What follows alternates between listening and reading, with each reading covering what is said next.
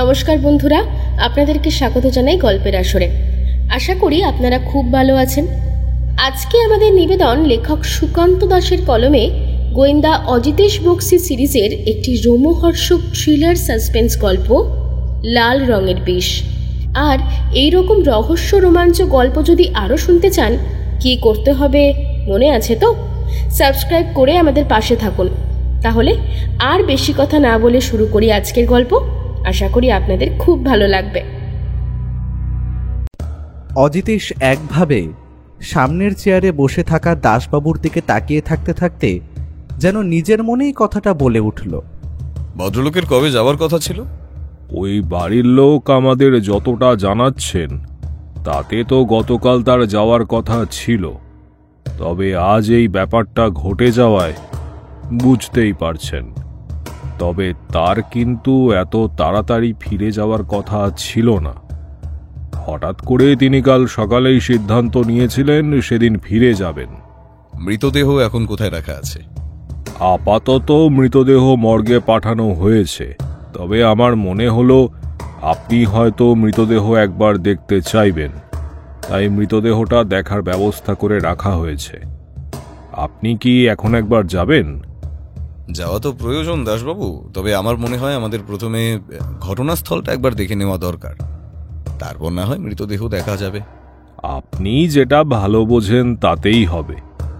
তবে আসল ব্যাপারটা হলো, ঘরের মধ্যে আমরা তন্ন তন্ন করে খুঁজেও কিন্তু এমন কিছু পাইনি যাতে মৃত্যু হতে পারে। তবে দেখে মনে হচ্ছে শরীরে কোনোভাবে বিষ প্রবেশ করেছিল, আর সেই কারণে মৃত্যুটা হয়েছে। অথচ ঘরে এমন কিছু খুঁজে পাননি যাতে বিষের ছাপ অর্থাৎ থাকার কথা এমন কিছু পাওয়া যায়, তাই তো? দাসবাবু নিঃশব্দে মাথা নাড়িয়ে জানিয়ে দিলেন অজিতেশের কথা সত্যি। আমি অজিতেশের পাশে বসে এতক্ষণ গোটা ব্যাপারটা শুনছিলাম। এবার বললাম, বিষ কোথাও লেগে থাকতে পাওয়া যায়নি, তাহলে এমনও তো হতে পারে যে বিষ যাতে মেশানো ছিল সেটা কোথাও ফেলে দেওয়া হয়েছে। আপনি বাড়িটা ভালোভাবে দেখলেই বুঝতে পারবেন অমরজিৎ বাবু। ওই বাড়িটার চারপাশের দেওয়াল এমনভাবে উঁচু যে ওখান থেকে কিছু বাইরে ছুঁড়ে ফেলা সহজ কাজ নয়। আমরা বাইরে খুঁজে দেখেছি, কিছু পাইনি। কিন্তু বিষের ট্রেস বাড়িতে নেই। ইন্টারেস্টিং ব্যাপার। কিন্তু সেই কারণেই তো বলছি অজিতেশ বাবু, ও বাড়িতে সদস্য বলতে সমীরণ হালদার আর তার স্ত্রী, তাছাড়া তাদের একমাত্র মেয়ে মালতী হালদার। আর যে ভদ্রলোক মারা গেছেন তিনি ওদের পরিবারের কেউ নয়, তবে অনেক বছর ধরে এখানেই থাকেন। আসলে যতটা আমরা জানতে পেরেছি তাতে ওই ভদ্রলোক সমীরণ হালদারের এক বন্ধুর ছেলে। ভদ্রলোক এখান থেকেই পড়াশুনো করতেন এবং এখান থেকেই চাকরিটা পেয়ে বিদেশে গিয়েছিলেন। কোনো শত্রু কিংবা কারো সঙ্গে কোনো সমস্যায় জড়িয়ে পড়েছিলেন কিনা সে ব্যাপারে খোঁজ নিয়েছেন? আজ সকালেরই তো ব্যাপার। যতটা খোঁজ নিয়েছি তাতে জানা গেছে ভদ্রলোক বেশ 2 বছর বাইরে ছিলেন, সম্প্রতি দেশে ফিরেছেন। তবে শত্রু তেমন কেউ ছিল না বলেই সমীরণ হালদার জানিয়েছেন। শত্রু কেউ না কেউ তো আছেই দাসবাবু, সে বাইরের হোক কিংবা ঘরের কেউ হোক। নাহলে ভদ্রলোককে বিষ দিয়ে হঠাৎ করে কেউ খুন করতে যাবে কেন? আর ঘটনাটা আপনি সকালে জানতে পেরেছেন, তার মানে যতদূর সম্ভব খুনটা হয়েছে রাতের দিকে। না দাসবাবু, বসে থাকলে হবে না, চলুন ব্যাপারটা দেখেই আসি। আমি, অজিতেশ আর দাসবাবু মিলে পুলিশের জিপে করেই সমীরণ হালদারের বাড়িতে গিয়ে পৌঁছলাম। বাড়ির সামনে দাঁড়াতেই কিন্তু মনে হলো এমন অদ্ভুত ধরনের বাড়ি এর আগে খুব একটা দেখিনি। বাড়ির সামনের দিকে উঁচু দেওয়াল প্রায় 2 মানুষের চেয়ে উঁচু। এ বাড়িতে চোর ঢুকতে গেলে তাকে যে বেশ কসরত করে ঢুকতে হবে তা বোঝা যায়। তাছাড়া বাড়ির বড় দরজার সামনে একজন দারোয়ানও আছে। সচরাচর যে বাড়িতে দারোয়ান দেখা যায় সে বাড়ি একটু বিত্তবান বলেই আমি ধারণা করে নিতে পারি। এ বাড়িতে দারোয়ান দেখেও সেই কথাটাই প্রথমে মনে হলো আমাদের। সাথে দাসবাবু থাকার জন্য দারোয়ান খুব সহজেই গেট খুলে আমাদের ভেতরে যেতে দিল। গোটা বাড়ির একটা বর্ণনা এখানে দেওয়া দরকার, সেটা আমাদের পরে কাজে লাগবে। গেট দিয়ে ঢুকে সামান্য খানিকটা জায়গা পেরিয়ে দোতলা বাড়িটা। তার পেছনের দিকে বেশ কিছুটা জায়গা আছে, তবে গোটা বাড়িটাই উঁচু পাঁচিল দিয়ে ঘেরা। বাড়ির পেছনের দিকে একটা রাস্তা চলে গেছে। বাড়ির পেছনে একটা পুরনো দিনের কুয়ো, তাছাড়া তার পাশেই একটা নতুন জলের কল। বাড়িটা দেখেই বোঝা যায় বাড়িটা বেশ পুরনো আমলে তৈরি। তার মোটা কড়িবর্গা এবং থাম সেই সাক্ষ্য দিচ্ছে। আমরা দরজার সামনে এগিয়ে যেতেই বাড়ির ভেতর থেকে এক ভদ্রলোক বাইরে বেরিয়ে এলেন। তিনি হয়তো গেটের সামনে দারোয়ানের সাথে দাসবাবুর কথাবার্তা কোনোভাবে শুনতে পেয়েছিলেন। তিনি এগিয়ে এসে বললেন, আপনি কি কিছু খবর পেয়েছেন? আর মৃতদেহ কখন ছাড়বে বলতে পারবেন? আমাকেই তো আনতে যেতে হবে। মৃতদেহ আমার মনে হয় আজ ছাড়া যাবে না, তবে ছাড়ার আগে আপনাকে টেলিফোন করে দেওয়া হবে, আপনি মর্গে পৌঁছে যাবেন। তবে অজিতেশবাবু এই কেসটার ব্যাপারে কিছু কথাবার্তা বলতে আপনার কাছে এসেছেন। আশা করি এতে আপনার কোনো অসুবিধা নেই। অসুবিধা কেন থাকবে দাসবাবু? আমি তো নিজেও চাইছি তন্ময়ের এই অবস্থা যে করলো তার শাস্তি হোক। ছেলেটা বিদেশ থেকে মাত্র কয়েকদিনের জন্য থাকতে এলো, আর এর মধ্যে এত কিছু ঘটে গেল। ক্ষমা করবেন সমীরণ বাবু, আমরা যদি ভেতরে গিয়ে বসে ব্যাপারে কথা বলতাম তাহলে খুব ভালো হতো। হ্যাঁ হ্যাঁ, অবশ্যই। আসলে এসব ব্যাপার ঘটে গিয়ে আমার মাথায় নেই সব। যাই হোক, আসুন, আপনারা ভেতরে আসুন। আমরা তিনজন ভেতরে গিয়ে একতলায় বসার মতো জায়গাটায় চেয়ারের উপরে বসতেই সমীরণবাবু অন্যদিকের চেয়ারে বসে বললেন, অজিতেশ বাবু, আপনি তো বোধহয় সবটাই শুনেছেন, আর আপনি কিছু একটা করুন। আমি তো কিছুই বুঝতে পারছি না। ওভাবে হবে না সমীরণ বাবু, আপনি আমায় প্রথম থেকে সব ব্যাপারটা একটু খুলে বলুন, তারপর আমি দেখছি কি করা যায়। এমনকি আপনার কথাও। আমি সমীরণ হালদার। আমি একসময় একটা ছোট্টখাটো ব্যবসা করতাম, তবে আমার পৈতৃক সম্পত্তি যা আছে তাতে আমার ব্যবসা না করলেও চলে যেত। তবে কিছুটা নিজের শখের বসেই আমি ব্যবসাটা করতাম। তবে বছর কয়েক আগে থেকে সেই ব্যবসা থেকে আমি একেবারে অবসর নিয়ে নিয়েছি। আমার সেই ব্যবসা এখন অন্য একজন দেখছেন, তবে সেখান থেকে কিছু টাকা আমি প্রতি মাসে পাই। এই বাড়িতে আমি, আমার স্ত্রী কনকবালা আর আমার মেয়ে মালতী থাকে। বেশ কয়েক বছর আগে আমার এক বন্ধু বিমল স্ত্রী সহ একটা দুর্ঘটনায় মারা যায়। তাদের একমাত্র ছেলে তন্ময় তারপর থেকে আমার কাছেই থাকতো। আসলে এখান থেকে তার কলেজে পড়াশোনা এবং সমস্ত কিছু ভালোভাবে চলে যেত। সেই কারণে সে আমার এখানে এসে থাকতে শুরু করে। তারপর তার পড়াশোনা শেষে আমি তাকে বিদেশে পাঠিয়ে দিই বাকি পড়া সম্পূর্ণ করার জন্য, এবং সেখানে থেকেই সে একটা চাকরিও জোগাড় করে নিল। এর আগেও তন্ময় আমার কাছে থাকতে এসেছিল বেশ কিছুদিনের জন্য, তারপর আবার ফিরে গেছে। এবার যখন সে এসেছিল তখন সেখানকার একটি মেয়েকে তার পছন্দ হয়েছে এবং সে বিয়ে করতে চায়। আমার কোনো আপত্তি ছিল না। অবশ্য এই কথাটা সে আমাকে আগেই টেলিফোনে জানিয়েছিল। সে বিষয়ে কথাবার্তা বলে পরশু সে হঠাৎই ফিরে যাওয়ার কথা বলে। ফিরে যাওয়ার কথা ছিল কাল রাতে, আর কাল রাতেই এমন একটা দুর্ঘটনা ঘটে যায়। তন্ময়বাবু কাল রাতে কোন ঘরে ছিলেন? উপরের ঘরে মশাই। আসলে ওই ঘরটাতেই সে থাকতো, আর এখানে যতবার সে এসেছে ওই ঘরেই থেকেছে। মৃতদেহ সবার প্রথমে কে দেখেছিল? আমাদের বাড়ির সর্বক্ষণের যে কাজের লোক থাকে সে নিজেই দেখেছিল। আসলে সকালে বেশ তাড়াতাড়ি সে উঠে পড়ে, আর আজ যেহেতু তন্ময়ের ফিরে যাওয়ার কথা ছিল তাই সকালে তাকে ডাকতে গিয়ে দেখে এই অবস্থা। তারপর সে নিচে নেমে এসে আমাদের খবর দেয়। তারপর আমি আমার স্ত্রী উপরে গিয়ে দেখি তন্ময় নিজের ঘরের বিছানায় শুয়ে আছে, তবে তার শরীরে প্রাণ নেই। তখনই আমরা একজন ডাক্তারকে খবর দিই। তার আগেই অবশ্য বুঝতে পেরেছিলাম যে সে মারা গেছে, তবু ডাক্তার এসে ব্যাপারটা নিশ্চিত করে জানায়, আর তিনিই বলে পুলিশে খবর দেওয়ার কথা। তারপরে আমরা পুলিশে খবর দিতেই দাসবাবু এখানে এসে সবটাই দেখেন। কাল রাতে আপনি যখন ঘুমোতে গিয়েছিলেন তখন তন্ময়বাবু কি করছিলেন? সে কাল রাতে তাড়াতাড়ি খাওয়া দাওয়া সেরে নিজের ঘরে ঘুমোতে চলে গিয়েছিল। আসলে আজকে তার যাওয়ার ফ্লাইট, আর তাছাড়াও অফিসের কিছু কাজকর্ম সেরে সে ঘরেই বসেছিল। তাকে শেষবার আমি দেখেছিলাম তার ঘরে বসে কাজ করতে। ঠিক কোন কোন ঘরে থাকে বলুন তো? উপরে আমাদের 3টে ঘর রয়েছে, তার মধ্যে একটায় থাকে আমার মেয়ে মালতী, অন্যটায় তন্ময় এলে থাকে, আর নিচে একটা ঘর, সেখানে আমি আর আমার স্ত্রী থাকি। অন্য একটা ঘরে সারাক্ষণ কাজের লোক থাকে। তাছাড়া ঘরের বাইরে দারোয়ান থাকে, আশা করি আপনি দেখেছেন। যদি কেউ আসে তখন তাহলে আমার উপরের ঘরটা ফাঁকা থাকে, সেখানে থাকবে। রাত্রে কোনো শব্দ শুনেছিলেন? মানে এ বাড়িতে কেউ ঢুকেছে কিংবা উপরে কারোর যাওয়ার আসার? না অজিতেশ বাবু, তবে আমার মেয়ে বলেছে যে সে নিজেও এসব কিছু শুনতে পায়নি। এমনকি তন্ময় ঘুমিয়ে পড়ার অনেক পরে নাকি সে ঘুমিয়েছিল। আসলে রাত জেগে তাকে অনেক পড়াশোনা করতে হয়, তাই তার ঘুমোতে অনেক দেরি হয়। তন্ময়বাবুর কোনো শত্রু থাকতে পারে বলে আপনার মনে হয়? ওর কোনো শত্রু থাকবে কি করে অজিতেশ বাবু? আর তা থাকলে এখানে থাকবে কি করে? আসলে সে এখানে তো থাকেই না। যখন এখানে থাকতো তখন তার কোনো শত্রু ছিল বলে আমি জানি না, কারণ সে যথেষ্ট ভালো একজন ছেলে। আচ্ছা, আপনার কারোর উপর সন্দেহ হয় না? সমীরণবাবু এ কথার উত্তরে মাথা নাড়লেন।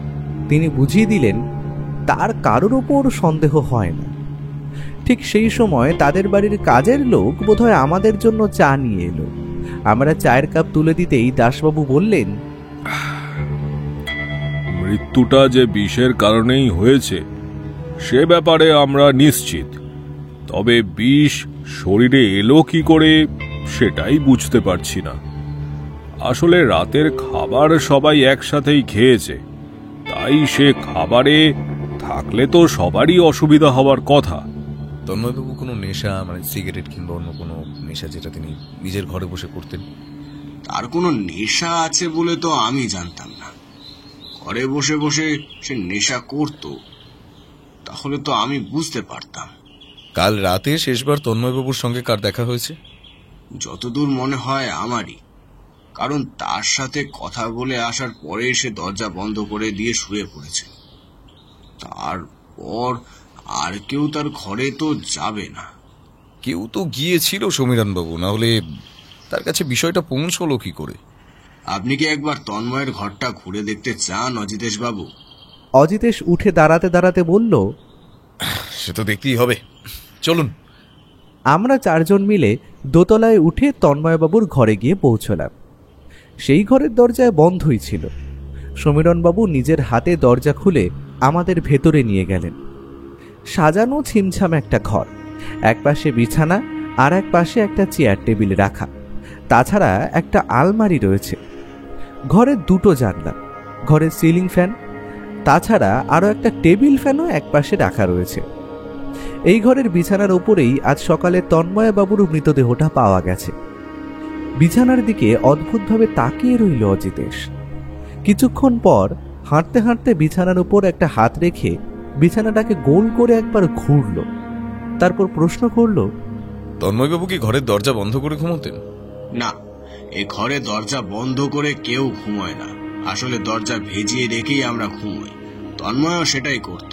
তাছাড়া নিচে দারোয়ান রয়েছে, ঘরের ভেতরে আমাদের চাকর রয়েছে, তাই দরজা বন্ধ করার প্রয়োজন হতো না। অজিতেশ ঘরের জানলাগুলো ভালো করে পরীক্ষা করল, তারপর ফিরে এসে ঘরের দরজার কাছে দাঁড়িয়ে দরজাটা একবার বন্ধ করে দিল। সামান্য কিছু সময় পরে আবার দরজাটা খুলে ফেলল। আমি বুঝতে পারলাম না অজিতেশ এই কাজটা কেন করল। তারপর ঘরের বাইরে বেরিয়ে যেতে যেতে বলল, আপনার বাড়ির বাকিদের সঙ্গে একবার কথা বলতে হবে, তবে হ্যাঁ, আমি সবার সঙ্গে আলাদা আলাদাভাবে কথা বলবো। আপনি একটা কাজ করুন, আপনার স্ত্রীকে প্রথমে এই ঘরে পাঠিয়ে দিন, আর তিনি চলে গেলে আপনার মেয়েকে ঘরে পাঠিয়ে দেবেন। আশা করি তারা সবাই বাড়িতেই আছেন। ঠিক আছে অজিতেশ বাবু। সমীরণবাবু বেরিয়ে যেতেই দাসবাবু চাপা স্বরে অজিতেশকে বললেন, কি ব্যাপার বলুন তো অজিতেশ বাবু, আমার মনে হয় আপনি কিছু সন্দেহ করছেন। সন্দেহ তো একটা করছি, কিন্তু আসল সমস্যাটা হলো খুনের মোটিভ। অকারণে তো কেউ কাউকে বিষ দিয়ে খুন করতে যাবে না, তার উপরে বিষের ক্ষেত্রে ধরা পড়ার সম্ভাবনাটা খুব বেশি থেকে যায়। আমারও ওই একই কথাই মনে হচ্ছে অজিতেশ। তন্ময়বাবু তো বিদেশে থাকতেন, তিনি কয়েকদিনের জন্য এখানে এসেছিলেন, আবার আজই ফিরে যাওয়ার কথাও ছিল।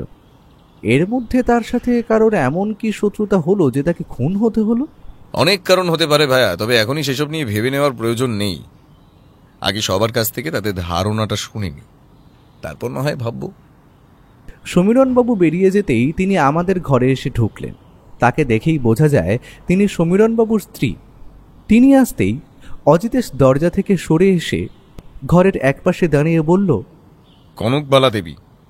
আচ্ছা, এই তন্ময় নামের ভদ্রলোক কেমন ছিলেন? মানে আপনার তাকে কেমন বলে মনে হতো? এই কথাটার আশা কনকবালা দেবী নিজেও করেননি। তাছাড়া আমি আর দাসবাবু অজিতেশের প্রশ্ন শুনে একটু অবাক হয়ে গিয়েছিলাম। হঠাৎ এমন একটা প্রশ্ন অজিতেশ করল কেন? তবে কনকবালা দেবী সামলে নিয়ে বললেন, তন্ময় ছেলে হিসেবে খুব একটা খারাপ ছিল না, তবে বুঝতেই পারছেন ব্যোমকেশবাবু, আমার বাড়িতে একটা মেয়ে রয়েছে, তাই ওকে এখানে রাখতে আমি প্রথমে একটু আপত্তি করেছিলাম বটে, তবে ছেলেটা পড়াশোনায় বেশ ভালো আর ছেলে হিসেবেও ভালো, তাই আর বেশি জোর করিনি। কাল রাতে শেষবার আপনার সঙ্গে তন্ময়ের কথা কখন হয়েছিল? খাবার সময় আমার সাথে দু একটা কথা হয়েছিল। আসলে ও বিয়ে করবে বলে ঠিক করেছিল, তাই চেয়েছিল বিয়েটা ওখানেই সারতে। তবে ফিরে এসেছিল একবার ওই নিয়ম রক্ষার খাতিরে। আচ্ছা, বিয়েতে আপনার কোনো রকম আপত্তি ছিল? আমার এতে আপত্তি করার কি আছে? সে সেখানে চাকরি পেয়েছে, সেখানেই থেকে যাবে বলে ঠিক করেছিল, আর সে সেখানে বিয়ে করবে যখন ভেবেছে তা তো ভালোই। বরং সে আমার মত চেয়েছিল, এমনকি টেলিফোনে আমার সাথে এ বিষয়ে কথাও হয়েছিল। তখন তো আমি ওকে মতও দিয়েছিলাম। তার মানে এই সমস্ত ব্যাপারে আপনি খুশি ছিলেন। আচ্ছা, কাল রাতে কি আপনি তন্ময়বাবু শুয়ে পড়ার পরে উপরে কাউকে আসতে দেখেছেন? না।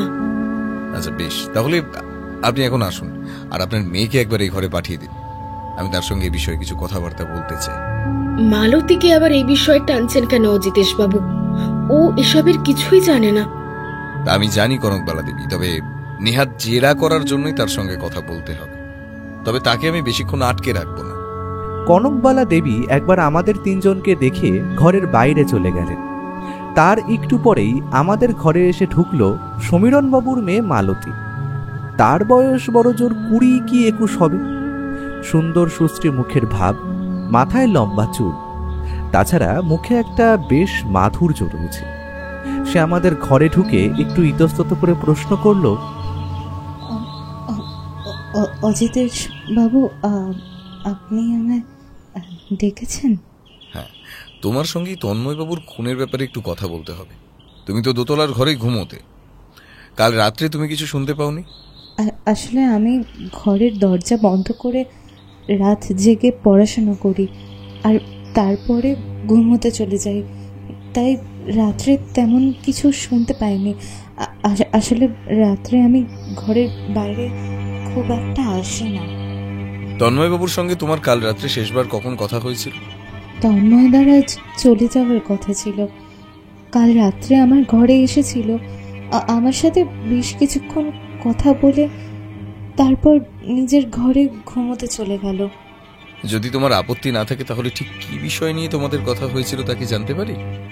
না, তেমন কিছু না। এই আমার পড়াশোনা আর তাছাড়া তন্ময়দার বিদেশে বিয়ের ব্যাপারে এইসব কিছু নিয়েই কথাবার্তা হয়েছিল। তোমার কি কাউকে সন্দেহ হয়? না না অজিতেশ বাবু, তন্ময়দাকে যে কেউ খুন করতে পারে সেটাই তো ভাবতে পারছি না আমি। ঠিক আছে, তুমি এখন যাও আর তোমাদের বাড়ির কাজের লোকে একবার পাঠিয়ে দিও। মালতী ঘর থেকে বেরিয়ে যেতেই দাসবাবু প্রশ্ন করলেন, কিছু বুঝতে পারলেন অজিতেশ বাবু? একটাও সূত্র নেই দাসবাবু। একটা সূত্র থাকলে না হয় সেটার উপর ভিত্তি করেই যে কোনো একটা পথে তদন্তটা এগিয়ে নিয়ে যাওয়া যেত। আরে ওটা কি? আমি দেখতে পেলাম অজিতেশ ঘরের একপাশে একটা বড় অ্যাটাচি বাক্সের দিকে এগিয়ে গেল। সেটা যে তন্ময়বাবুর সেটা আমি বুঝতে পারলাম। আসলে আজ বেরিয়ে যাওয়ার জন্য তিনি তার ব্যাগ গুছিয়েই রেখেছিলেন। অজিতেশ চাপা স্বরে বলে উঠল, দাসবাবু দরজার সামনে দাঁড়িয়ে থাকুন, কেউ এলেই আমায় জানাবেন। অজিতেশ এরপর একটা অদ্ভুত কাজ করল। অ্যাটাচি বাক্সটা খুলে তার ভেতর জামা কাপড়, কাগজপত্র, বই, এটা ওটা ঘাঁটতে লাগলো। বেশ কিছুক্ষণ এভাবে ঘাঁটাঘাঁটির পর একসময় সেটা আবার গুছিয়ে রেখে বন্ধ করে দিল। আমার মনে হলো অজিতেশ বাক্সের ভেতর থেকে কিছু যেন একটা তুলে নিয়ে তার জামার আড়ালে লুকিয়ে ফেলল।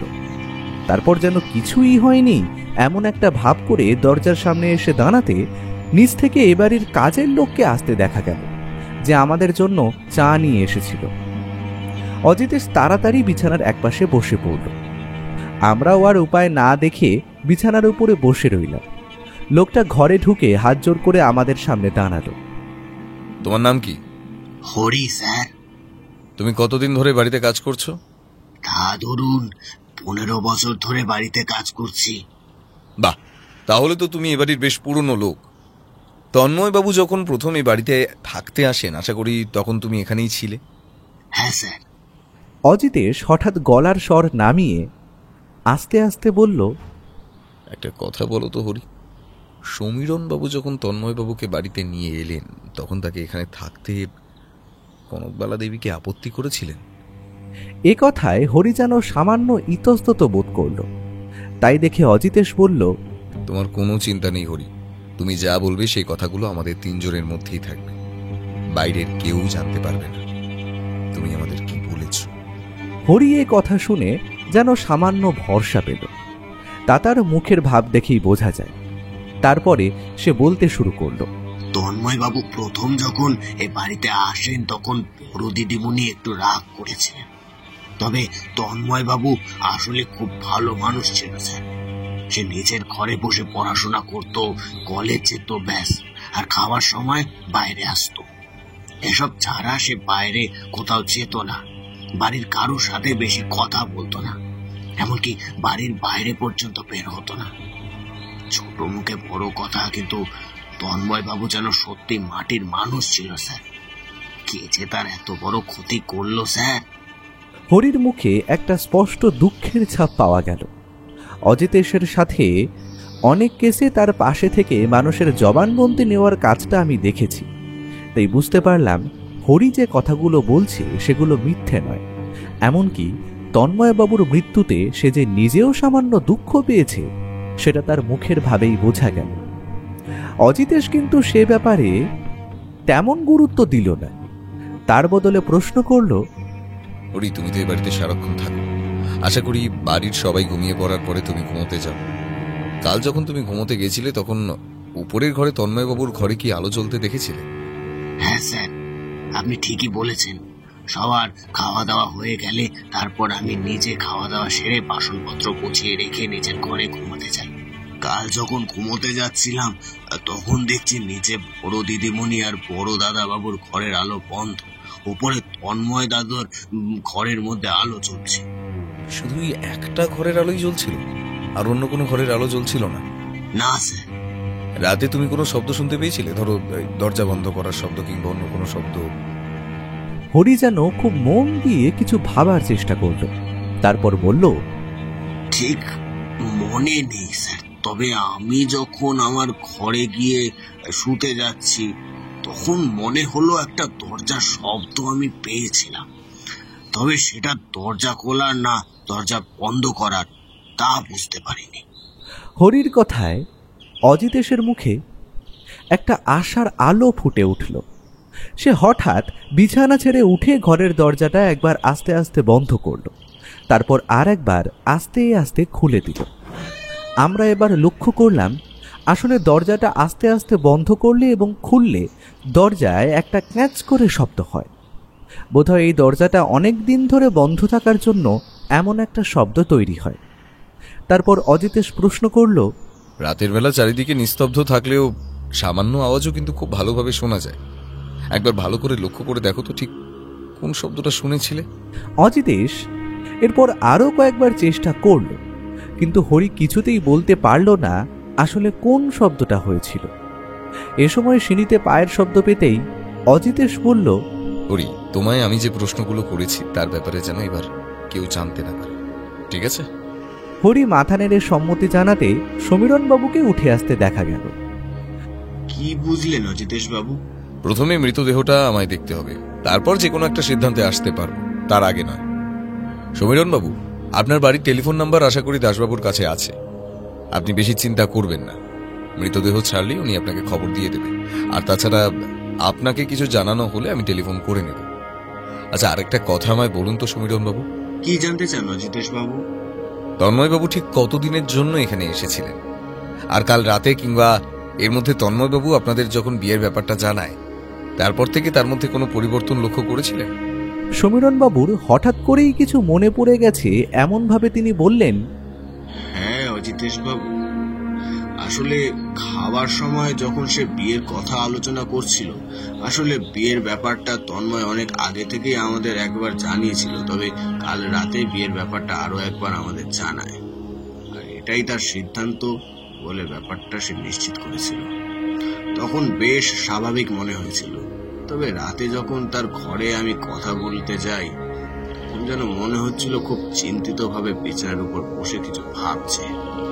তবে সত্যি বলতে বেশ 2-3 দিন ধরে তাকে একটু চিন্তিত বলেই আমার মনে হচ্ছিল, অথচ সে ব্যাপারে তাকে জিজ্ঞাসা করলে সে আমাকে কিছুই বলতে চাইত না। অজিতেশ কি যেন একটা চিন্তা করতে লাগলো। তার কপালে চিন্তার ভাঁজ স্পষ্ট ফুটে উঠল। আমি বুঝতে পারলাম সে গভীরভাবে কিছু একটা ভেবে চলেছে। তারপর স্বাভাবিকভাবেই সমীরণবাবুর দিকে তাকিয়ে বলল, আমি 2 দিন সময় দিন, আশা করছি কেসটার সমস্তটা সামনে আনতে পারবো। একটু অপেক্ষা করুন সমীরণবাবু, তবে কথা দিচ্ছি তন্ময়বাবুর খুনিকে আমি ধরিয়ে দেব। সমীরণবাবু যে চোখে অজিতেশের দিকে তাকালো, তাকে বোধহয় কৃতজ্ঞতায় পরিপূর্ণ চোখ বলা যায়। এরপর আমি, অজিতেশ আর দাসবাবু সমীরণবাবুর বাড়ি থেকে বাইরে বেরিয়ে এলাম।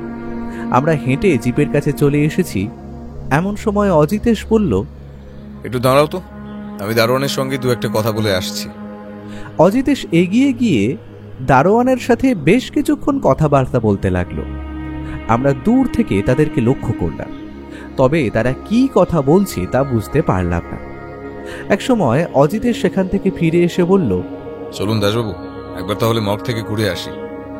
আমাদের জিপটা সমীরণবাবুর বাড়ির কাছ থেকে মর্গের দিকে যাত্রা শুরু করলো। ওটা শরীর নীল হয়ে এসেছে, তবে মুখে কিন্তু কোনো রকম ফেনা কিংবা অন্য ধরনের কোনো ছাপ আসেনি। তার মানে বিষটা শরীরে গিয়ে কাজ করতে বেশ কিছুটা সময় নিয়েছে। ডাক্তার নিজেও এই কথা বলছে, তবে আপনি ব্যাপারটা কি করে বুঝতে পারলেন বলুন তো? একটা কেসে বেশ কয়েক ধরনের বিষ নিয়ে আমার নাড়াচাড়া করতে হয়েছিল, তখনই ব্যাপারটা নিয়ে কিছুটা জানতে পেরেছি। সব বিষের প্রতিক্রিয়া আমাদের শরীরে সমানভাবে হয় না, বিভিন্ন বিষের কাজ বিভিন্ন রকম হয়। কোনো বিষে মুখ থেকে গ্যাজলা কিংবা সাদা রঙের ফেনা বেরিয়ে আসে, আবার কোনো বিষে এই ধরনের কোনো প্রতিক্রিয়া দেখা যায় না। এক্ষেত্রেও তেমন একটা বিষের ব্যবহার করা হয়েছে, তবে সমস্যা হলো বিষটা জোগাড় করা। তুমি বিষের কথা বলছো? আমি তো এখন এটাই বুঝতে পারছি না যে তন্ময়বাবুকে কে মারতে চাইবে। অজিতেশ অদ্ভুতভাবে হাসল, তারপর বলল, মারতে চাইবে সে যার আসলে এখান থেকে তন্ময়বাবু বিদেশে চলে গেলে সমস্যা হতো। আসলে আমরা যে মোটিভ খুঁজে চলেছিলাম তন্ময়বাবুর খুনের ক্ষেত্রে, সেক্ষেত্রেও বাড়ির সবাই কিন্তু তন্ময়বাবুকে বেশ ভালো মানুষ বলেই দাবি করছে। আর প্রত্যেকটা মানুষ যখন একই কথা বলছেন, তখন সেটা খুব একটা মিথ্যে হতে পারে না। সেখানে একটাই মোটিভ, তন্ময়বাবুকে এখান থেকে বিদেশে যেতে না দেওয়া।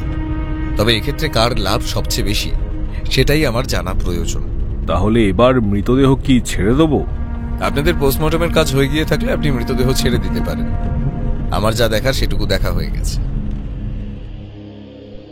অজিতেশ মর্গের ঘরের দরজার দিকে এগিয়ে যেতেই আমি সাদা কাপড়ে ঢাকা মৃতদেহটা দেখতে লাগলাম। একটা শান্তশিষ্ট মুখ ভদ্রলোকের। তিনি বোধহয় চশমা পরতেন। কপালের দুপাশে আর নাকের সামান্য দুপাশে একটা ছাপ রয়েছে। এগুলো থেকে ব্যাপারটা আন্দাজ করা যায়। এছাড়া মুখে আর কোনো চিহ্ন নেই, তবে মুখটা সামান্য নীল হয়ে আছে, এটা একটা ব্যাপার। আমি আর বেশিক্ষণ দাঁড়ালাম না, মর্গ থেকে বেরিয়ে এলাম। অজিতেশের সাথে দাসবাবু জিপে করেই আমাদের বাড়ি পর্যন্ত পৌঁছে দিলেন। তারপর যাওয়ার সময় বললেন, কিছু জানতে পারলে আমায় অবশ্যই জানাবেন অজিতেশবাবু, আমি কিন্তু অপেক্ষায় থাকব। আর আমি এক্ষুনি ফিরে গিয়ে মৃতদেহ ছেড়ে দেওয়ার ব্যবস্থা করছি। সারাদিন ধরে বেশ ধকল গেল। এরপর আমরা বাড়ি ফিরলাম। তাই বাড়ি ফিরে প্রথমে স্নান সেরে নিয়ে খাবার টেবিলে বসে খাবার খেতে খেতেই অজিতেশকে প্রশ্ন করলাম, তা অজিতেশ, কেসটাই কি বুঝছো? একটা কথা কিন্তু স্পষ্ট নয় ভাইয়া, তন্ময়বাবুকে বাইরের কেউ খুন করতে আসেননি। কারণ ওই বাড়ির উঁচু পাঁচিল আর ওই দারোয়ানকে পেরিয়ে এই বাড়িতে ঢুকে একটা মানুষকে বিষ খাইয়ে দিয়ে আবার বাড়ি থেকে বেরিয়ে যাওয়া সহজ কাজ নয়। তাছাড়া তন্ময়বাবু কোনো নেশা করতেন না, এমনকি বাইরের কোনো খাবার যে তিনি ঘরে এনে খেয়েছেন তেমনটাও নয়। তাহলে বাইরের কোনো শত্রুর ব্যাপারটা আমরা বাদ দিয়ে রাখতে পারি। তাহলে তুমি বলতে চাইছো ওই বাড়ির 3 জনের মধ্যেই কেউ খুনটা করেছে? অবশ্যই, কারণ ওই 3 জনেরই যথেষ্ট মোটিভ রয়েছে। তবে মেয়েটির কোনো মোটিভ আছে কিনা সে ব্যাপারে আমি এখনো স্পষ্ট কোনো ধারণা করতে পারছি না। কিন্তু সমীরণ বাবুর কি মোটিভ থাকতে পারে? অমরজিৎ, তুমি সমস্তটাই দেখো, সমস্তটাই বোঝো, কিন্তু খুব ভালোভাবে ব্যাপারটা ভেবে দেখো না। যদি সেটা করতে তাহলে তুমি নিজেই এই ব্যাপারটা বুঝতে পেরে যেতে। আসলে ও বাড়িতে সমীরণ বাবু এমনকি কনকবালা দেবী দুজনেরই দুটো শক্ত মোটিভ রয়েছে।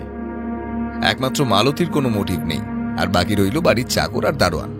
তারা অন্তত তন্ময়বাবুকে খুন করতে যাবেন না, অন্তত তাদের সঙ্গে কথা বলে কিংবা দেখে এটা মনে হয়নি। আচ্ছা অজিতেশ, সমীরণ বাবু তো নিজেই তন্ময়বাবুকে বাড়িতে এনে রেখেছিলেন, তাহলে তিনি ওকে খুন করতে যাবেন কেন? তবে হ্যাঁ, কনকবালা দেবী যে তন্ময়বাবুকে খুব একটা ভালোবাসতেন না তা তো বোঝাই গেল। তবে এখানে আর একটা সমস্যা আছে। তন্ময়বাবু বাড়ি ছেড়ে চলে যাচ্ছিলেন, তাহলে তাকে খুন করার প্রয়োজন কি পড়বে তার? অজিতেশ এ কথার উত্তর দিল না। তার বদলে মজা করে কৃষ্ণা কুমারীর দিকে তাকিয়ে বলল, আচ্ছা অর্ধাঙ্গিনী, বলো তো, তোমার খুব কাছের কোনো প্রিয় একটা জিনিস যদি তোমার থেকে দূরে চলে যায়, কিংবা মনে করো দূরে চলে যাচ্ছে, এবার ভেবে বলো তো তখন কি করবে? সেটা যাতে আমার থেকে দূরে না যায় বা কেউ নিয়ে যেতে না পারে তার ব্যবস্থা করব। আর যদি দেখো তারপরেও সেটা থাকতে চাইছে না, তখন কি করবে? যে কোনো মূল্যে তাকে তোমার কাছে রাখার চেষ্টা করবে। কৃষ্ণা কুমারী মাথা নাড়ালো, আর তখনই আমি বুঝতে পারলাম আসলে অজিতেশ ঠিক কোন দিকে ইঙ্গিত করতে চাইছে। এই দিকটা তো আমি ভেবে দেখিনি। এদিক দিয়ে ভাবতে গেলে দুজনেরই একটা করে শক্ত মোটিভ রয়েছে। না, কেসটা যতটা সহজ বলে মনে হয়েছিল ততটা সহজ নয়। তবে একটা ব্যাপারে নিশ্চিন্ত হওয়া গেল যে তন্ময়বাবুর শত্রু বাইরের কেউ নয়। খাওয়া দাওয়ার পরে অজিতেশের ঘরে যেতে দেখলাম সে বিছানার উপর একটা ডায়েরি নিয়ে শুয়ে পড়েছে। আমি তা দেখে প্রশ্ন করলাম, আচ্ছা অজিতেশ, তুমি তখন তন্ময়বাবুর ব্যাগ থেকে কি বার করে আনলে বলো তো? অজিতেশ আমার দিকে না তাকিয়েই একটা আঙুল মুখের উপর রেখে আমায় চুপ করতে বলল। আমি বুঝতে পারলাম অজিতেশ মন দিয়ে ডায়েরিটা পড়ে চলেছে, তাই আমার তাকে আর বিরক্ত করতে ইচ্ছে হলো না। আমি নিজের ঘরে চলে গেলাম। বেশ একটু ঘুমও এসেছিল, তাই এ সময় ঘুমটা নষ্ট করতে আর ইচ্ছে হলো না। ঘুমটা ভাঙল একেবারে সন্ধ্যের পরে। তখন অজিতেশের ঘরে এসে দেখি সে আর নিজের টেবিলের উপর বসে নিজের ডায়েরিতে কি যেন লিখছে। আমি ঘরে ঢুকতে ঢুকতেই বললাম, তা অজিতেশ, কিছু পেলে? কোন ব্যাপারে বলো তো? আরে তন্ময়বাবুর খুনের ব্যাপারে। অজিতেশ যেন আকাশ থেকে পড়ল, এমন ভাবে বলল। ও আচ্ছা, তন্ময়বাবুর খুনের ব্যাপারটা, তাই না? ওটা তো একরকম হয়ে এসেছে, তবে এখন সেই জিনিসটা খুঁজে বার করা দরকার যেটার সঙ্গে বিষ মেশানো হয়েছিল। আমি অবাক হয়ে বললাম, খুনটা কে করলো সেটা কি জানতে পেরেছো? বিছানার পাশে রাখা ডায়েরি তুলে নিয়ে শেষের দিক থেকে 5 নম্বর পাতাটা পড়ো, তাহলেই বুঝতে পারবে। আমি অজিতেশের কথা মতো ডায়েরিটা তুলে নিয়ে দেখলাম শেষের দিকে বেশ কয়েকটা খাতায় পাতা পেরিয়ে মাত্র 2 দিন আগের একটা তারিখের দিকে চোখ পড়ল। আসলে যেদিন তন্ময়বাবু মারা গিয়েছিলেন এটা তার আগের দিনের। অজিতেশের হিসেব মতো 5 নম্বর পাতায় এসে পড়তে পড়তেই আমার মাথাটা কেমন ঘুরে উঠল। এমন একটা ব্যাপার যে হতে পারে তা আমি ভাবতেই পারিনি। আমি যা পড়ে চলেছি তার সব কি সত্যি? আমি অদ্ভুতভাবে অজিতেশের দিকে তাকিয়ে বললাম, অজিতেশ? হ্যাঁ বন্ধু, তুমি যেটা ভাবছো সেটাই। ডায়েরিটা আমি ঠিক এই কারণেই নিয়ে এসেছিলাম। আমার মনে হয়েছিল ডায়েরি থেকে আমি কিছু একটা পেলেও পেতে পারি। আসলে সেদিন হয়তো তুমি খেয়াল করোনি, আমিও বাড়ি থেকে বেরিয়ে আসার সময় সমীরণ বাবুকে শেষ কোন প্রশ্নটা করেছিলাম। ডায়েরির পাতার লেখাগুলো পড়ার পর থেকে আমার মাথার ভেতর এমনিতেই সব এলোমেলো হয়ে যাচ্ছিল। তাই সেদিন অজিতের সমীরণবাবুকে শেষ কোন প্রশ্নটা করেছিল আমার ঠিক মনে এলো না। তাই বললাম, কোন প্রশ্নটা করেছিলে তুমি? আমি সমীরণ বাবুকে প্রশ্ন করেছিলাম তিনি এর মধ্যে তন্ময়বাবুকে বেশ চিন্তিত দেখেছিলেন কিনা, আর তিনি আমায় উত্তর দিয়েছিলেন গত 2-3 দিন ধরে তাকে বেশ চিন্তিত বলে মনে হয়েছিল। এবার তুমি বুঝতে পারছো তো, ডায়েরির পাতায় ঠিক 5 দিন আগে এই ব্যাপারগুলো লেখা, আর তার সঙ্গে তন্ময়বাবুর চিন্তার ব্যাপারটার যোগ কোথায়? এবার তুমি যদি 4 থেকে 1 নম্বর পাতা পর্যন্ত পড়ো, তাহলেই বুঝতে পারবে আসলে আমি কি বলতে চাইছি। আমি অজিতেশের কথা মতো বাকি ডায়েরির পাতাগুলো পড়ে ফেলতেই চমকে উঠলাম। এই ডায়েরিটাই সমস্ত কিছু প্রমাণ করে দিচ্ছে, আর তাছাড়া এটাও প্রমাণ করে দিচ্ছে যে তন্ময়বাবু বুঝতে পেরেছিলেন তার আশেপাশে একটা বিপদের কালো মেঘ ঘনিয়ে আসছে। তাই বোধহয় তিনি খুব তাড়াতাড়ি ফিরে যাওয়ার সিদ্ধান্তটা নিয়ে নিয়েছিলেন। আমি অজিতেশের দিকে তাকিয়ে বললাম, তাহলে এই ডায়েরিটার উপর ভিত্তি করেই তো অপরাধীকে ধরে ফেলা যায়। সেটা সম্ভব হবে না। এই ডায়েরিটা থেকে মাত্র অনুমান করা যায় যে খুনি কে। তবে তার খুনের কোনো একটা শক্তপোক্ত প্রমাণ জোগাড় করতে না পারলে পুলিশ কিন্তু এটা সহজে মেনে নেবে না। তাই এই ব্যাপারে কাজ করার জন্য আমি দাসবাবুকে এর মধ্যেই কাজে লাগিয়ে দিয়েছি। তবে আশা করছি কালকের দিনটা আমাদের অপেক্ষা করতে হবে। সেদিন রাত্রে ঘুমোতে গিয়েও কিন্তু ভালোভাবে ঘুম হচ্ছিল না। আসলে ডায়েরির পাতায় যে সমস্ত লেখাগুলো দেখেছিলাম সেগুলো দেখার পর থেকেই আমার গোটা ধারণাটা কেমন বদলে গিয়েছিল। আসলে খুনি যে ও বাড়ির মধ্যেই আছে তা আমি অজিতেশের কথায় কিছুটা অনুমান করতে পারলেও এতটা ভাবতে পারি। তবে ও যে ঠিক কোন প্রমাণের জন্য অপেক্ষা করছে তা আমি বুঝতে পারছিলাম না। আর তাছাড়া এখনো আমায় কিছু বলতেও চাইছিল না। তাই আমি নিজেও সেই চেষ্টা করি। আমি অপেক্ষা করতে লাগলাম অজিতেশের সেই প্রমাণটা হাতে আসার জন্য। পরের গোটা দিন একরকমভাবে কেটে গেল। তবে সন্ধ্যের দিকে দাসবাবুর টেলিফোন আসার পরেই অজিতেশের মুখটা সামান্য উজ্জ্বল হয়ে এলো, আর আমি বুঝতে পারলাম অজিতেশ সেই শক্ত প্রমাণটা জোগাড় করতে পেরেছে। আরও নিজেও সন্ধ্যার দিকে আমার ঘরে এসে বলল, বন্ধু, সব অনুমান মিলে গেছে, সমস্ত কিছু তৈরি। কাল সকালে আমরা একবার সমীরণ বাবুর বাড়িতে যাব। তবে একটা জিনিস কিন্তু এখনো বাকি রয়ে গেছে। কি বাকি আছে? পুলিশের ডাক্তার জানাচ্ছিল তন্ময়বাবু শেষ যেটা খেয়েছিলেন সেটা হলো একটা মিষ্টি। তবে সেদিন রাত্রে সমীরণ বাবুর বাড়িতে সবাই কিন্তু খাওয়া শেষে মিষ্টি খেয়েছিলেন, অথচ তন্ময়বাবুর সেই মিষ্টিটাতেই বিষ ছিল। আর আমি সমীরণ বাবুর সঙ্গে কথা বলে জানতে পেরেছি যে মিষ্টিটা ওরা সবাই খেয়েছিল। সেই সব কটা মিষ্টি এক বাটিতেই ছিল, তাই সেখানে তার প্রভাব পড়বে, তার মানে আলাদা করে বিষ মেশানো হয়েছিল। তবে এই বিষ এতটাই মারাত্মক যে এই বিষটা হাতে লাগলেও চামড়ায় সামান্য পার্থক্য লক্ষ্য করা যায়। তাই যতদূর সম্ভব খুনি বিষটা হাতে করে আনেনি, কিংবা মিষ্টিটাও হাতে করে না এনে কোনো কিছু একটার উপর রেখে এনেছিল। তবে সেই পাত্রটা গেল কোথায়? তার মানে তুমি বলতে চাইছো যে পাত্রে করে মিষ্টিটা তন্ময়বাবুকে খাওয়ানো হয়েছিল সেই পাত্রটাও খুঁজে পাওয়া যাচ্ছে না?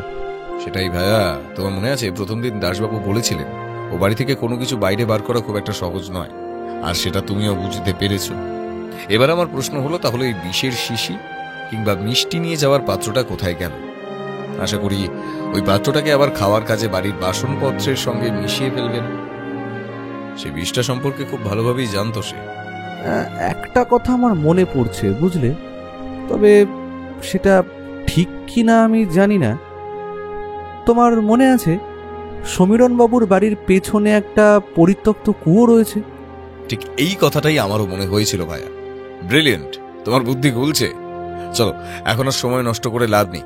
কাল সকালে একেবারে সমীরণ বাবুর বাড়িতেই এই রহস্যের জট খুলবো না হয়। পরদিন সকালে আমরা গিয়ে পৌঁছলাম সমীরণ বাবুর বাড়িতে। দাসবাবু বোধহয় আগেই কিছু বলে রেখেছিলেন, তাই আমরা যাওয়ার আগেই নিচের বসার ঘরে সমীরণ বাবু, তার স্ত্রী কনকবালা দেবী এবং তাদের মেয়ে মালতী বসেছিল। তাছাড়া তাদের বাড়ির চাকর এবং দারোয়ান তখন ঘরেই ছিল। আমরা গিয়ে পৌঁছতেই সমীরণ বাবু উদাস মুখে বললেন, অজিতেশ বাবু, জানা গেছে কিছু? সমস্ত কিছুই জানা গেছে সমীরণ বাবু।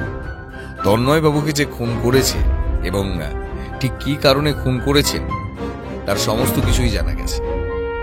তবে তবে বিশেষ শিশিটা আর যে পাত্রে করে তন্ময়বাবুকে মিষ্টি খেতে দেওয়া হয়েছিল সেই পাত্রটা আমার বোধহয় আপনাদের বাড়ির ঠিক পেছনে ফেলা রয়েছে। আমি দুজন পুলিশ কনস্টেবলকে পাত্র আর শিশিটা তুলে আনার কথা বলে এসেছি। আশা করি তার সঙ্গে খুনির হাতের ছাপ মিলে যাবে, তাই তো মালতী? আমি কি করে জানবো? তুমি তোমার কলেজের যে বন্ধুকে দিয়ে বিষটা আনানোর ব্যবস্থা করেছিলে তার কথা আমরা জানতে পেরেছি, এবং সে তন্ময়বাবু আসার আগেই বিষটা তোমার হাতে তুলে দিয়েছিল। তুমি সেটা রেখে দিয়েছিলে কারণ ভেবেছিলে সেটা হয়তো কাজে লাগতে নাও পারে, কারণ তুমি ভেবেছিলে তন্ময়বাবুকে বুঝিয়ে বললে তিনি হয়তো সব বুঝতে পারবেন। কিন্তু তন্ময়বাবু বুঝতে চাননি, তার বদলে তিনি তাড়াতাড়ি এখান থেকে চলে যেতে চেয়েছিলেন, আর সেই সুযোগটা তুমি তাকে দাওনি। এসব আপনি কি যাতা বলছেন অজিতেশ বাবু? আমার মেয়ে তন্ময়কে মারতে যাবে কেন? সেটা আমার থেকে ভালো আপনার মেয়ে বলতে পারবে। তবে আমার মনে হয় আপনার মেয়ে তন্ময়বাবুকে কোনোভাবে ভালোবেসে ফেলেছিল, তাই তন্ময়বাবুর বিয়ে ঠিক হওয়ার পর থেকে ব্যাপারটা সে মেনে নিতে পারেনি। সে হয়তো তন্ময়বাবুকে সেদিন রাতে বোঝানোর জন্য তার ঘরে গিয়েছিল, আর তাই আপনাদের বাড়ির চাকর ঘুমোতে যাওয়ার সময় দরজা বন্ধ করার শব্দ পেয়েছিল। আসলে এই শব্দটা দরজা বন্ধ করার। আপনার মেয়ে বোধহয় রাগের মাথায় দরজাটা বন্ধ করেছিল জোরে, সেই শব্দ হরি পেয়েছিল। তাছাড়া বেশ সকালে বাড়ির পেছনের দিকে যেতে দেখেছিল আপনার বাড়ির দারোয়ান। তুই এটা করলি? হতেই পারে না, আমায় ফাঁসানো হচ্ছে।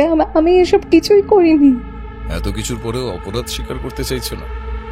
তার মানে আমার মনে হয় ওই বিষের শিশি আর মিষ্টি নিয়ে যাওয়ার পাত্রে তোমার হাতের ছাপ পাওয়া যাবে না। বোধহয় কাজটা তুমি গ্লাভস পরে কিংবা বাটিটা অন্য কিছু দিয়ে ধরে করেছিলে। তবে তন্ময়বাবুর ডায়েরিতে কিন্তু তোমার ব্যাপারে অনেক কিছুই লেখা রয়েছে, আর সেটা দেখে আমার প্রথম সন্দেহটা তোমার উপরে হয়েছিল। তারপর আমি কাল সারা দিন ধরে তোমার কলেজ এবং আশেপাশের সমস্ত ব্যাপারে খোঁজ খবর নিয়েছি। এখনো স্বীকার করে নাও মালতী, তোমার বাঁচার কিন্তু কোনো রাস্তা নেই। মালতী বেশ কিছুক্ষণ মাথা নিচু করে রইল, তারপর বলল, হ্যাঁ হ্যাঁ হ্যাঁ হ্যাঁ, আমি করেছি। কেন করবো না শুনি? হ্যাঁ, কেন করবো না? আমি তন্ময়দাকে ভালোবাসতাম, আর তন্ময়দা আমাকে ছেড়ে অন্য কাউকে বিয়ে করে নেবে, সেটা সেটা আমি আমি আমি কি করে হতে দেব? তাই আমি মনে মনে ঠিক করে নিয়েছিলাম, তন্ময়দা যদি আমার না হয় তাহলে তন্ময়দাকে আমি আর কারোর হতে দেব না, কারণ না। তাই সেদিন রাতে মিষ্টির সঙ্গে বিষটা মিশিয়ে তন্ময়কে খেতে দিয়েছিলে। আমার মনে হয় তুমি তাকে বলেছিলে তুমি যা করেছো তার জন্য দুঃখিত, সবকিছু তুমি মেনে নিচ্ছ, আর তাই সে কোনো সন্দেহ না করে তোমার হাত থেকে মিষ্টিটা খেয়েছিল। তাতেই তার বিপদ ঘটে যায়। বিষটা খুব একটা তাড়াতাড়ি কাজ করে না, খানিকটা সময় নেয়। তাই তন্ময়বাবু নিশ্চিন্ত হয়ে ঘুমিয়ে পড়েছিলেন, আর ঘুমের মধ্যেই গোটা ব্যাপারটা ঘটে যায়। অজিতেশের কথায় সমীরণবাবু এবং কনকবালা দেবী ভেঙে পড়েছিলেন। সমীরণবাবু প্রায় কাঁদতে কাঁদতে বললেন, একবার তো আমাদের সবটা বলতে পারতি, আমরা তো এখানেই বেঁচে ছিলাম নাকি? কেন এটা করতে গেলি? আমি অবাক হয়ে তাকিয়ে দেখলাম মালতীর মুখটা কেমন শক্ত হয়ে এসেছে। সে কিন্তু অন্যান্যদের মতো ভেঙে পড়েনি, তার চোখে জলের বিন্দু নেই। হঠাৎ করে এমন একটা ব্যাপার ঘটে গেল যে আমরা স্তম্ভিত হয়ে গেলাম। চোখের পলকে মালতীর বাঁ হাতে উঠে এলো একটা বিষের শিশি। সেই বিষের শিশি থেকে তার ভেতরের তরল পদার্থটা হঠাৎ করেই সে হাঁ করে গিলে ফেলল। এটা দেখে সমীরণবাবু আর অজিতেশ তাড়াতাড়ি তাকে হাঁ করিয়ে মুখ থেকে জিনিসটা বার করার চেষ্টা করতে লাগলেন, কিন্তু ততক্ষণে তা খাওয়া হয়ে গেছে। গোটা ঘটনায় আমরা সকলেই স্তম্ভিত হয়ে গিয়েছিলাম। তারপরেও তাকে হাসপাতালে নিয়ে যাওয়ার ব্যবস্থা করা হলো, কিন্তু পথেই সে মারা গেল। গোটা ঘটনাটা যে এমন একটা পরিসমাপ্তি হবে তা আমি ভাবতেও পারিনি। বাড়ি ফেরার পথে সমীরণবাবু অজিতেশের দুটো হাত শক্ত করে ধরে কাঁদতে কাঁদতে বলেছিলেন, কি হয়ে গেল অজিতেশ বাবু? কি হয়ে গেল? সব হারালাম আমি, সব। অজিতেশ সমীরণবাবুর হাত শক্ত করে ধরে বলেছিল, দেখুন, যা হওয়ার সেটা তো আপনাকে মেনে নিতে হবে। এখন আপনি নিজেকে শক্ত করুন, সেটা তো আর আমাদের এখন কিছু করার নেই। সমীরণবাবু আর কনকবালা দেবীকে বাড়ি পৌঁছে দিয়ে আমরা বাড়িতে ফিরে এসেছিলাম। মালতীর মৃতদেহ পুলিশ নিয়ে গিয়েছিল। এমন একটা ঘটনার পর আমরা বাড়ি ফিরে নিজেদের ঘরে চেয়ারের উপরে থম মেরে বসেছিলাম। বৌঠান আমাদের ঘরে এসে ঢুকে আমাদের মুখ দেখে বলল, এই কি হয়েছে বলো তো? আমি আর অজিতেশ দুজনেই বেশ কিছুক্ষণ চুপ করে রইল। তারপরে ও বলল, মেয়েটা যে এতটা শক্ত, এতটা সাহসী আমি ভাবতে পারলে আগে থেকে অন্তত কিছু একটা ভেবে রাখতাম। এরকম মেয়ে আমি খুব কমই দেখেছি, বুঝলে।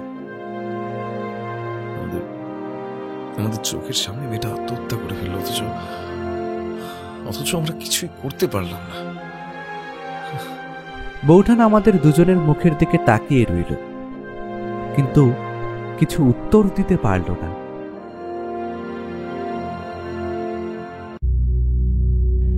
আপনারা এতক্ষণ শুনছিলেন লেখক সুকান্ত দাশের কলমে গোয়েন্দা অজিতেশ বক্সি সিরিজের একটি রোমহর্ষক থ্রিলার সাসপেন্স গল্প লাল রঙের বিষ।